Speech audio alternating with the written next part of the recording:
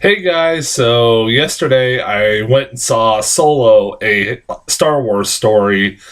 Um, okay, so I think this is the first time going into a Star Wars movie, I think in forever, maybe since the prequels, that I have not really been looking forward to seeing the new Star Wars movie. um, not as much as I usually do. Um, Not saying that this movie was like a movie that I was just generally not or was thinking it was going to suck or anything. It was just the stuff surrounding this movie, the production of this movie, to the everything about this movie has been kind of a fucking nightmare and kind of just almost stuff that will turn you away from a movie like this. Um, from the point of it being one of those things like it just seems like a movie that from the get-go it just seems like it's fucking pointless. Like, do we really need a young Han Solo movie? No. I remember just going like, is it, when I was first announced, I was like, really, we're making a young Han Solo movie? I mean, I know they're doing like they're wanting to milk a fucking cash cow of Star Wars and releasing a new Star Wars movie every year, and it's I think gonna start backfiring here shortly if they don't watch it. Um, and they're gonna like in between the movies of the new trilogy, they're gonna have anthology films, and like it's not like a good idea on paper because this is such a big universe that this movie series has created that you can have so many different stories and ideas for movies outside of the trilogy that could expand things. But no, they started out with Rogue One, which was kind of like something new and different. It had new characters and introduced to people we'd never seen before. And then they just said, "Fuck it, we're gonna make prequels to well-known and well-loved characters." It's like, God damn it! Um, you know, we also got Yoda and like Boba Fett and stuff like that coming up here shortly, and then the only thing that got me interested about this movie early on was that they signed on Phil Lord and Chris Miller, the directors of Cloudy with a Chance of Meatballs, uh, 21 and 22 Jump Street, and the Lego Movie. So they've two guys. It's two guys, in my opinion. Those Phil Lord and Chris Miller, who are easily the best comedic directors out there today. They make some of the funniest movies out in the last probably 10 years. Like, they've made some of the funniest movies the last 10, 5 years. And I was really excited when I heard that they were involved. And then they also signed on Alden Aaron, if I'm saying his name, Alden Ehrenreich, the kid who was in Hail, or who was, in my opinion, the best part of that movie, Hail Caesar. He was really fucking good in it, and that was the only movie I'd ever seen him in. And as soon as I heard he was being casted as young Han Solo, I was like, all right, cool. And everything seemed like it was going to go pretty well. And then they decided to fire Phil Lord and Chris Miller for a 3/4 of the movie shot and hire Ron Howard. And you're like, what the hell? And like, that just like made me go, oh god, this is going to be a bad movie, isn't it? I mean, hell, like, it's pretty bad when the idea of Ron Howard directing a Star Wars movie on paper sounds great, but the way he got put in this movie is just horrible. So, yeah, like I said, this movie had a lot going against it. And it's like, you're like, man, I hope this movie just surprises me. I remember going in like, I was still looking forward to it. I was just like, I hope this movie really surprises me and that, like, maybe it's a hell lot better than it has any right to be. And, well, this is one of those movies where the movie ended and I sat there going, well, that was exactly what I expected it to be. That's not a bad thing, but that's not also a good thing.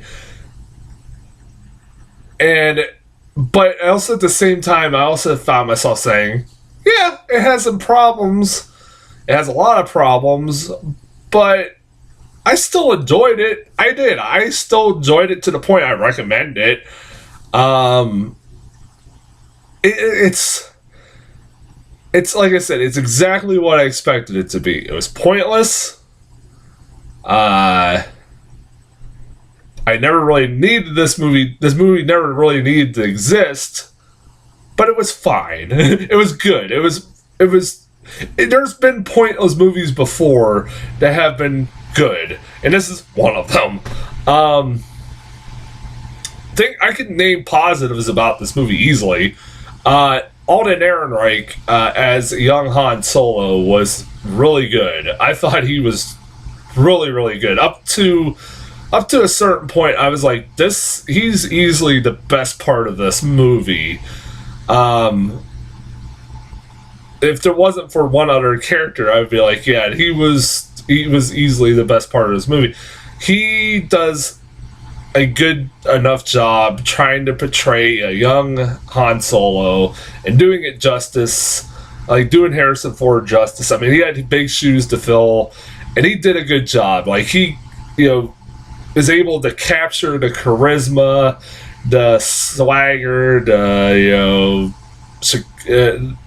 the personality of you would expect of somebody to play a young Han Solo to have.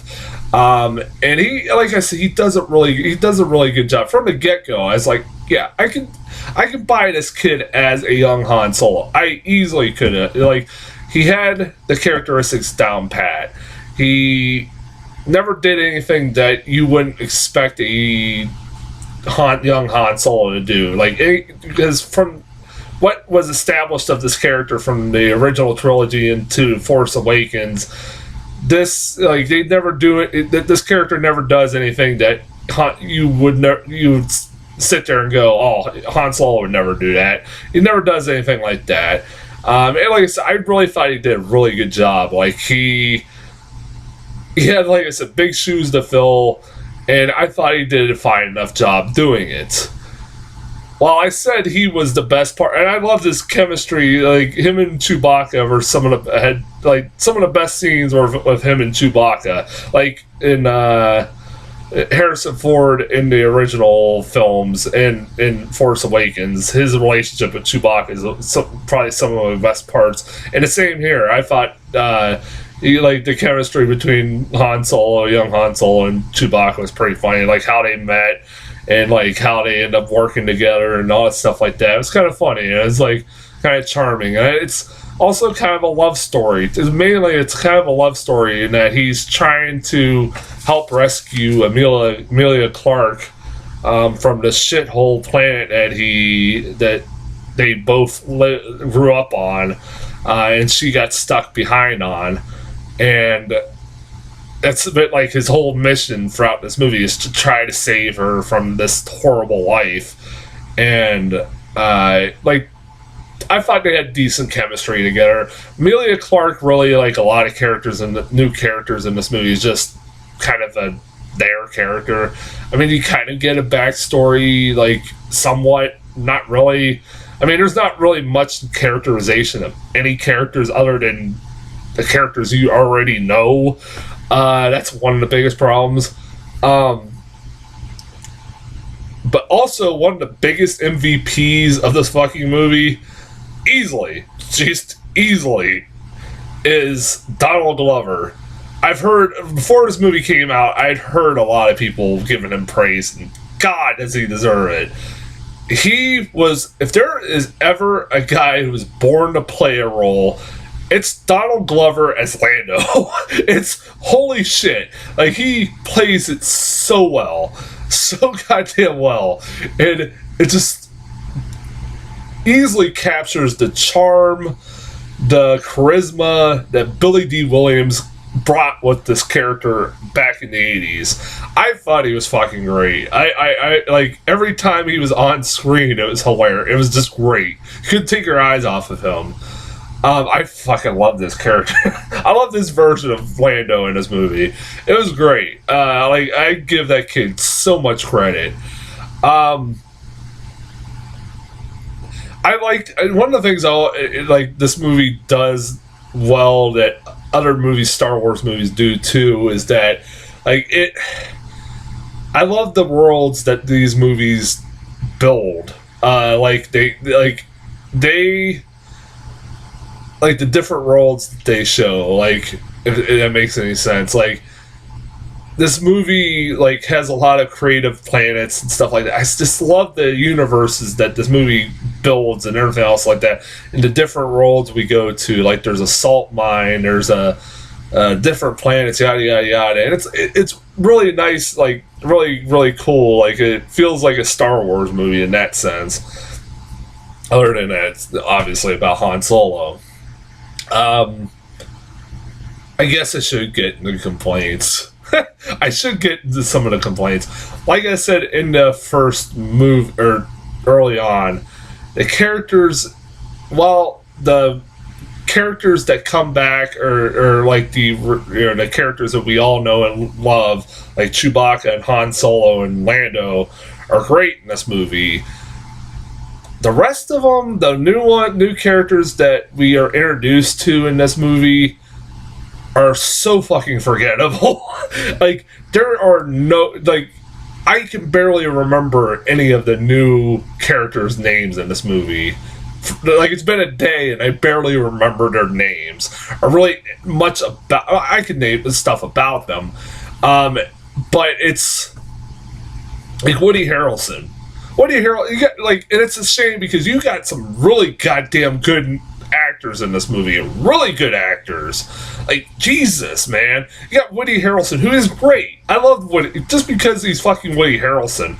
He is great. He plays a thief who's like kind of like a mentor to Han Solo, who basically takes him in.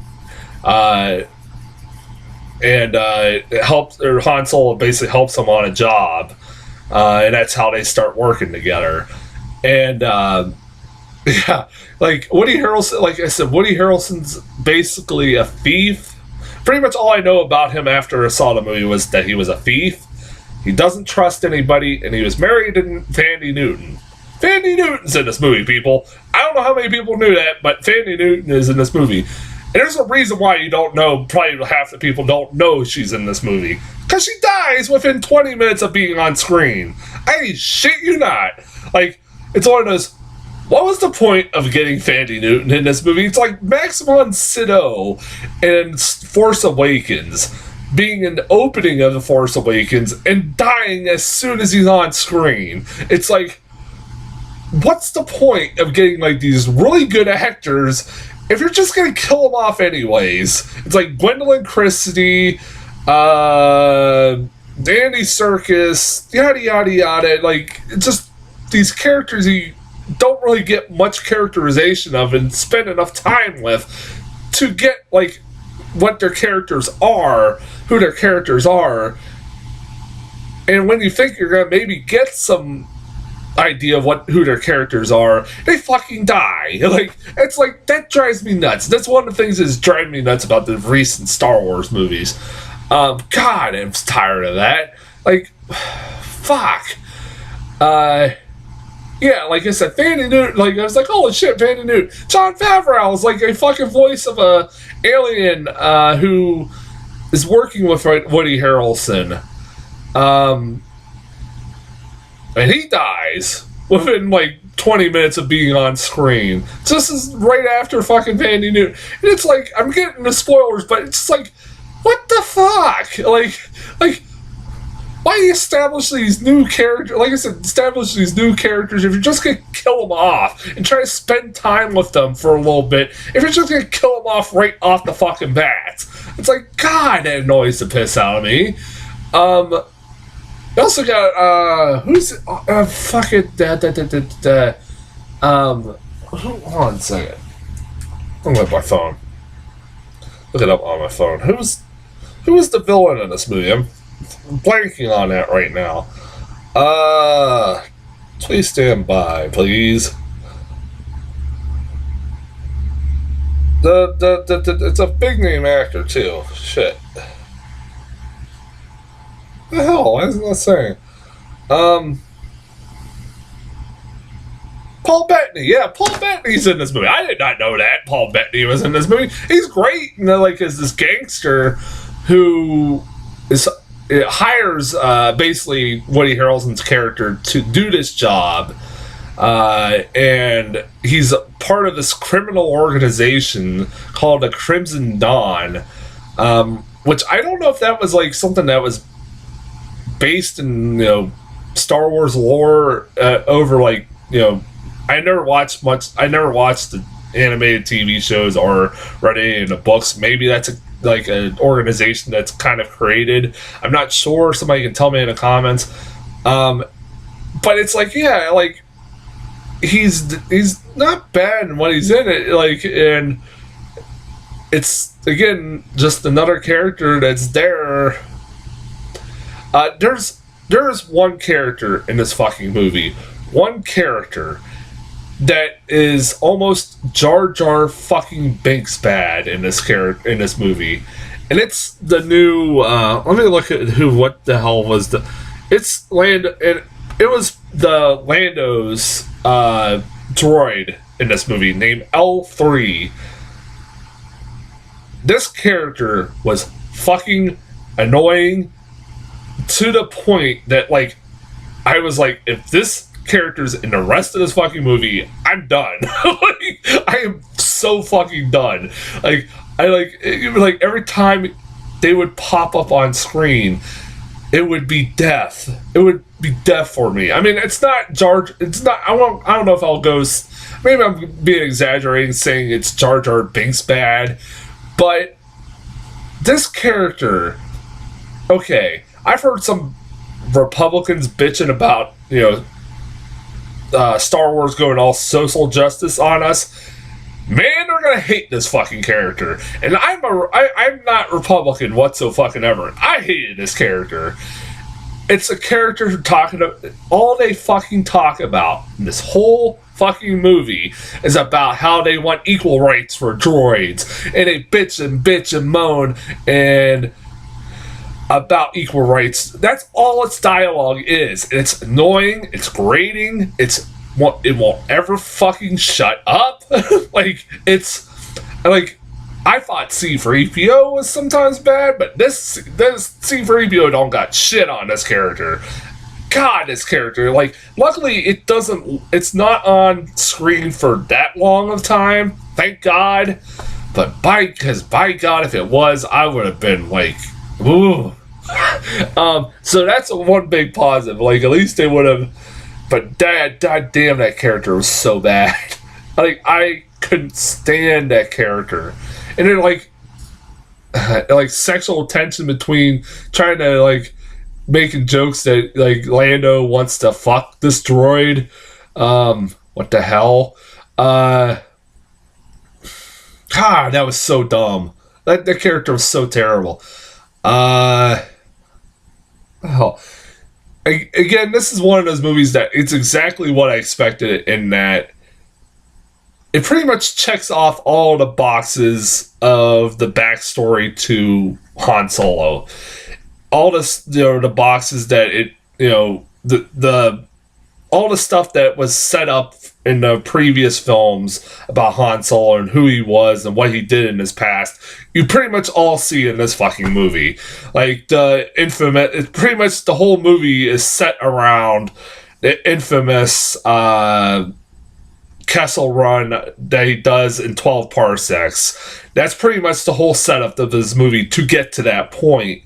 And it's like, okay, I'm not shocked by that. You also see, at one certain point, him and Lando are going to have a card game and he's going to win the Millennium Falcon. Stuff like that, check. Like, it's like, you just, in my mind, I was just mentally checking, like, off all these boxes. Like, okay, I know this is going to happen. I know this is going to happen. I know this is going to happen. Yada, yada, yada. Like, there's no real danger with his character. Like, they try to, like, build tension that he might, like, he's in trouble, but he's not gonna die. Don't die in the little Force Awakens, people. Like, the only danger there is for the new characters, because none of them you have seen in any of the other previous films. So, other than him and Chewbacca and Lando. But it's like, really don't care too much about these characters. That's one problem, too, but whatever. This movie, though, I'll give it some credit. Also, because this movie had me puzzled, very puzzled by the end of this movie. I didn't expect that. This movie, I half expected it to pretty much end with him, like, sitting in a cantina in Tatooine right before Luke and Obi-Wan or something like that walked in, or something like that, or Greedo walked in. I thought that was how it was going to end, like, pretty much how he was introduced in Episode 4. It doesn't do that, but it kind of, like, talks about Jabba the Hutt by the end of the movie, too. That's going into spoilers. But this movie did take me for a surprise that I did not fucking expect, because I'm not going to spoil it. I won't spoil it, because just see the movie and trust me, the internet's already spoiled it. It kind of did get spoiled for me before I saw it, but still this did take me by surprise when it did happen. There's a big cameo in this movie, a huge cameo that I did not expect. Like, it's not supposed to be expected. It's supposed to be a surprise, and it's one that a lot of Star Wars nerds should be really fucking happy, because it's a character that hasn't been seen like, they only made an appearance in one movie, and they're a really well-loved character. And a lot of people have been wanting this character to come back for so fucking long. I'm not one of those people. I was like, yeah, whatever. But even I was like, wow, I did not expect that. I was like, man, the fucking Star Wars fans are going to be orgasming over this shit right now. Like, I could just see it. It was a surprise. It was a damn great surprise. It was cool. I ain't gonna lie. I did like, wow, that was pretty cool. But also at the same time, you're like, did this movie just fucking sequel bait us? What? Like, I was just sitting there going, what? How, like, because it does feel like it sequel baited us. And I'm like, I don't think they're making a sequel to Solo. I thought this was just a standalone anthology film. I know, like, they're doing Boba Fett and stuff like that, but what the hell? Like, I guess this could fit in a Boba Fett. I guess, like, now I'm hearing that they're gonna, like, Alden Ehrenreich and Donald Glover and all them have signed on for, like, multiple films. Like, they're gonna be, I could see them being involved in, like, the Boba Fett movie. Yeah, I could see that. And I'm like, I'm interested in where this goes a little bit. I was like, that was weird. I was like, huh. And, like, it does make you kind of go, like, it's gonna have, like, these movies are gonna have their own story arcs for, like, tie in together, even though Rogue One doesn't really tie, like, there's no references to Rogue One in this movie, so that's kind of weird, but okay, whatever. Yeah, I like I said, it sounds like I'm bitching about this movie more than I am. I enjoyed it. But like I said, I like to pick apart movies and bitch about them somewhat. I mean, I still enjoyed it, alright? This movie, like I said, it's exactly what I expected, and that's fine. Like I said, at the end of the day, it's a Star Wars movie. It's going to take me a lot for me to hate a Star Wars movie. I still own the fucking prequels, even though I don't care for them that much, like everybody. As far as trailers, we got Mowgli. We're getting a new Jungle Book movie. Why? Because, I mean, there was a new live-action Jungle Book movie. It's directed by Andy Serkis, and the fucking faces look weird on the animals. Look like, they do in the Planet of the Apes movies, but maybe not as good. Is he ever still doing that fucking Animal Farm movie that he was talking about? I hope he does. I actually want to see that. I actually love that book. But it's like, really, like, everybody's gonna be going, like, what is the point? Even though it's called Mowgli, they changed the title from Jungle Book, it's still just the story of the Jungle Book. That's it. It's it's you can change the title as much as you want. It's still just the Jungle Book. It's a remake of the Jungle Book. That's it. The Sisters Brothers. That's a weird fucking title. It's basically, this trailer was just a commercial for a trailer that it just tells you to go watch online. I was like, that was weird.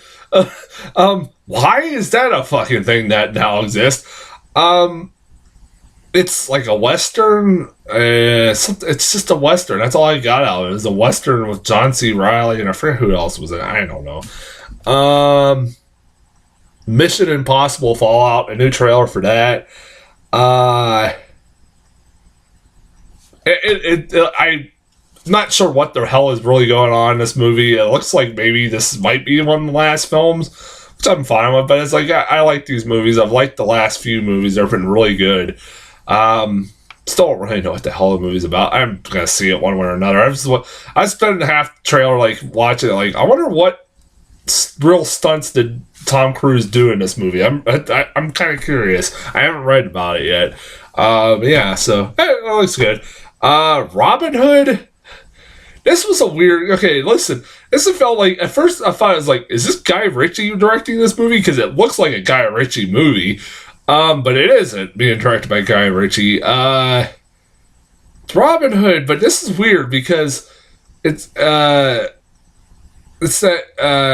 kid from Kingsman. I forgot what the hell his name is. Aaron Egerton or whatever. I forget the hell his name was. I know it's Egerton, but I forget the fucking first name was. He's Robin Hood, but also he's like the King of Nottingham or something like that. I'm like, that's weird. So like, King of Nottingham is Robin Hood.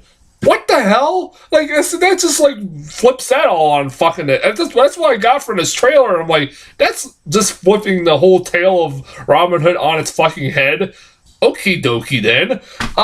Like, for a new modern version of it. I mean, I know the fucking Ridley Scott version got horribly received because it wasn't true to the original story, and I'm sure this one ain't gonna be. And then I got a trailer for the Drift. It's the Shailene Woodley. It's coming out next week, where she's shipwrecked in the middle of the ocean with her boyfriend, and they're trying to fucking find help. It looks like it'd be good, but it's also a romance movie. Like, it almost looks like a Nicholas Sparks movie, but if the perfect storm happened. And like, that's what it looks like. Shailene Woodley is a great actress. I love her as an actress, so maybe it'll be good. That's as far as trailers go. What is next week? I know Adrift. Action Point comes out. I'll probably see that. I don't know about Drift. We'll see what the reviews are for. But probably Action Point and maybe something else. I don't know. And until then, I'll talk to you guys later.